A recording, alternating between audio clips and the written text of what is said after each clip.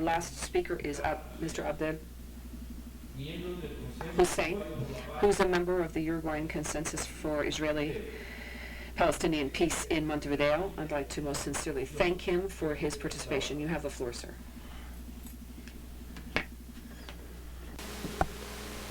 Primero quería cumplimentar.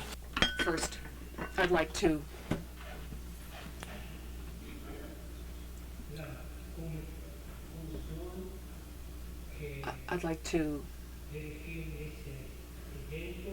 say how moved I am to be addressing this event and all the other guests, ladies and gentlemen. I introduce myself. I am a Palestinian refugee from 1948. I lived in the foundation of the State of Israel. We lived well together, Jews and Arabs, in colonies, towns, cities, under the British occupation. But the Jews with the Zionist movement decided they wanted a state. I'm from the town of Haifa, and I experienced everything. I experienced the horrors of the war. I saw everything that happened. Israel was founded and ended up with the state, but it wasn't with flowers. It was with weapons. It had three organizations, three terrorist organizations. One was called Agana, headed by the founder of the State of Israel, David Ben Gurion. The second was Argon, headed by Menachem Begin.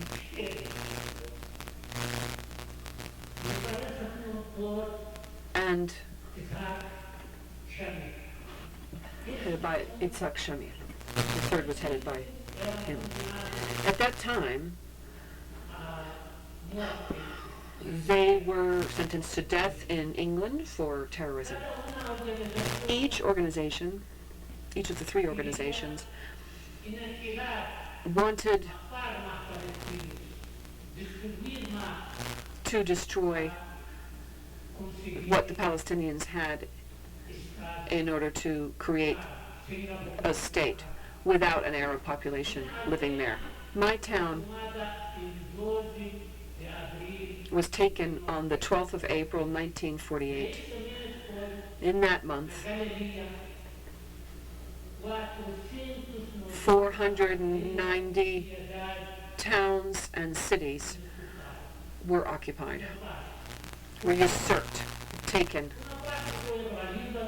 part by for Lebanon, Syria, or Jordan, another part for what's called now the West Bank.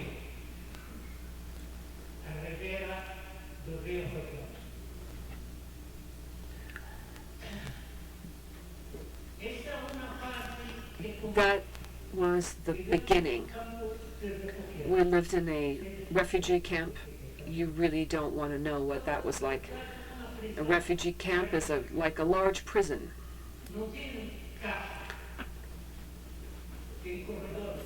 There are corridors, no streets. Sometimes people can't pass. There's no running water, no lights, no sanitation, nothing. We're waiting for UNRWA and the United Nations to give us food, to give us sugar, flour, something to eat. How many times did I have to stand in line for food? And then a soldier running the line 15, 20 days later. How many times did people have to go to sleep without eating, without having dinner, without knowing food? And now the refugee camps, or they say the refugee camps are exporting terrorists, but they're not exporting terrorists. They're exporting people who have no future. 98% unemployment in the refugee camps.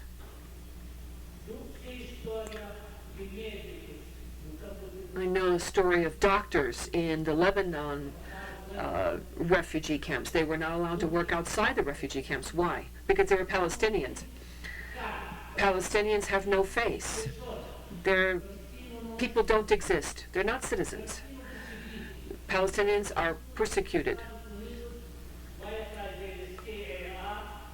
The CIA is chasing them, chasing the United States. People want to know where they're sleeping, what they're eating, and who they're with. If something happens, some crazy person in the United States goes nuts and starts killing people, they start chasing Palestinians. Why? Could someone explain that to me? Why would it be a Palestinian terrorist? There are terrorists throughout the world.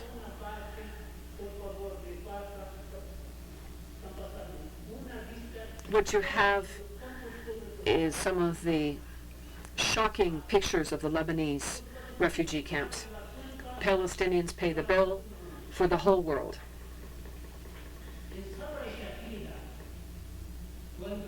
In Sobre, when the Israeli armies attacked Lebanon, they allowed the militia, the Lebanese militia, to kill almost 2,000 Palestinians, women, children,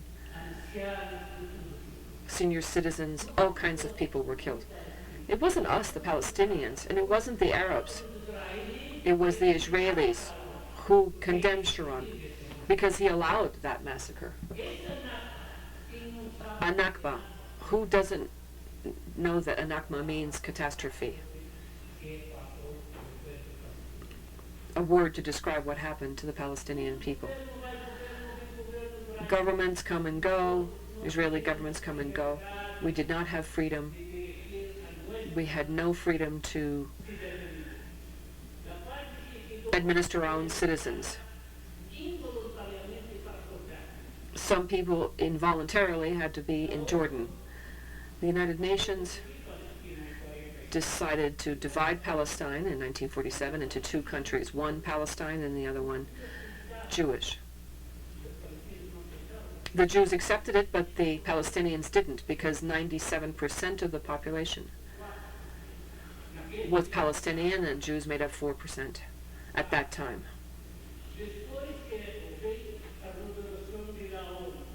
After the resolution of the United Nations, 194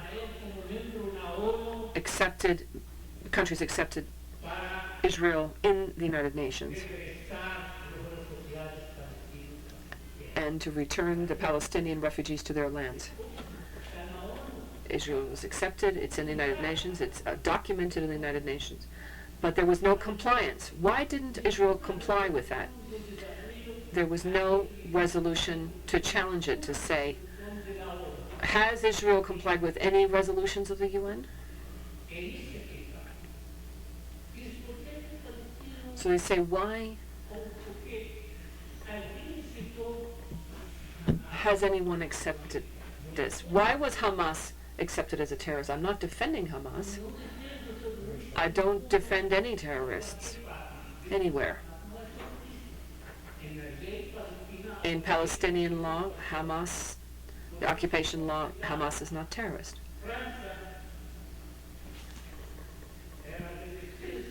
France resisted Germany. They had the resistance. Algeria had a resistance movement against France. History is full of resistance movements. Vietnam as well. Why are Palestinians accused of being terrorists? Could someone explain that to me? Get it in my head as to why Palestinians are labeled terrorists? That's the problem. There's no future. Young people who are born in refugee camps, they want clothes. What do they wear? They wear United Nations clothes that come in UN boxes that are given by the UN. They want to buy something, cars. They want to work. They want to travel, but they can't. They don't have a personality. They don't have a passport. They don't exist. That's the UN. It's not El Shut, but it's similar.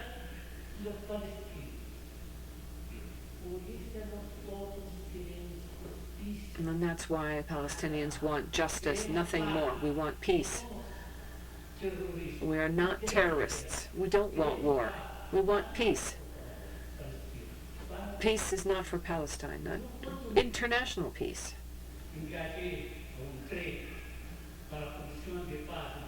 When I became a member of the International Peace Commission, George W. Bush at that time wanted to destroy Afghanistan and Iraq and other countries.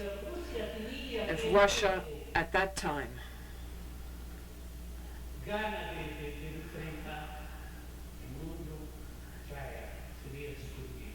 had not put up some fight there, the world would have been destroyed. You know the dangers of the atomic bomb and what it can do, how destructive it is. Israel has the atomic bomb. Palestine doesn't even have stones. In '86 they bombed, how do you call that? When they bombed Gaza, what was it called?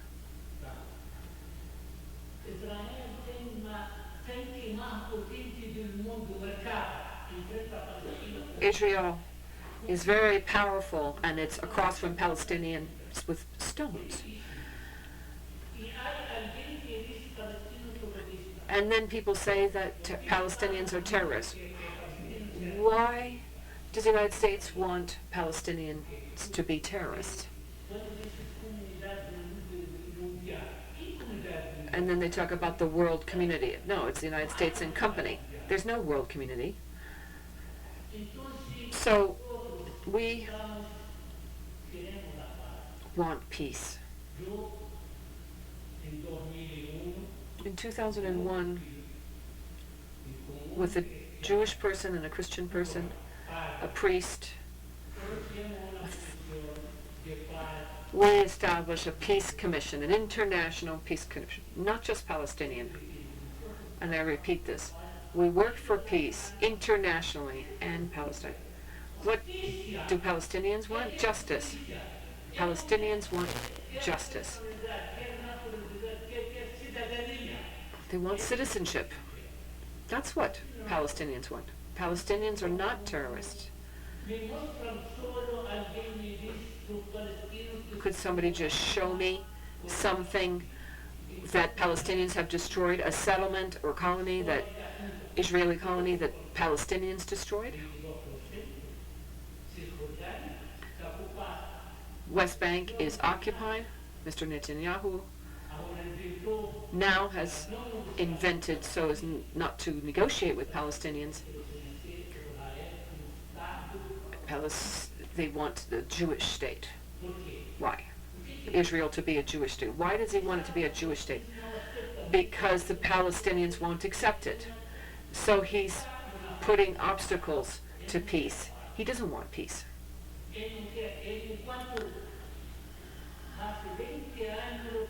20 years ago, the Palestinians negotiated, gave concessions to Israel, gave this and that and the other. Here's a government comes and goes, more other governments come and go.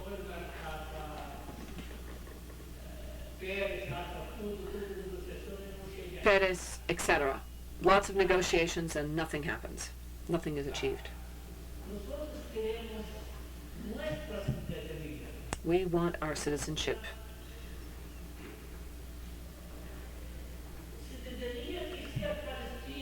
Citizenship of being Palestinians, being respected in the world, wherever you go in the world, that you would have authority. I apologize, because the time is coming to an end. I could say more, but I think what I've said might reach some souls here. Thank you.